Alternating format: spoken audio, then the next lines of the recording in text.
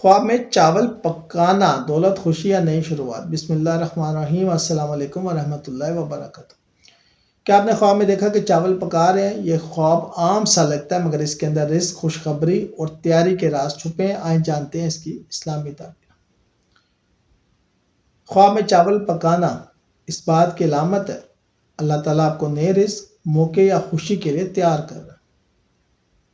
چاول اچھی طرح پکاتے ہیں اور وہ چاول خوشبو دیتے ہیں تو اس بات کی نشانی ہے آپ کے کام میں کامیابی، عزت اور برکت آنے والی ہے۔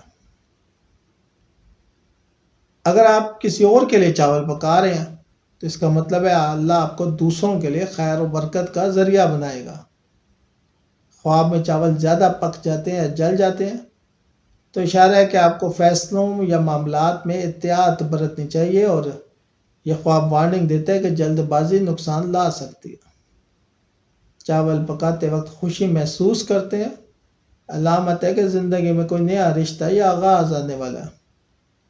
خواب میں پکے چاول اکثر خوشخبری، شادی یا روزی کی علامت ہوتے ہیں۔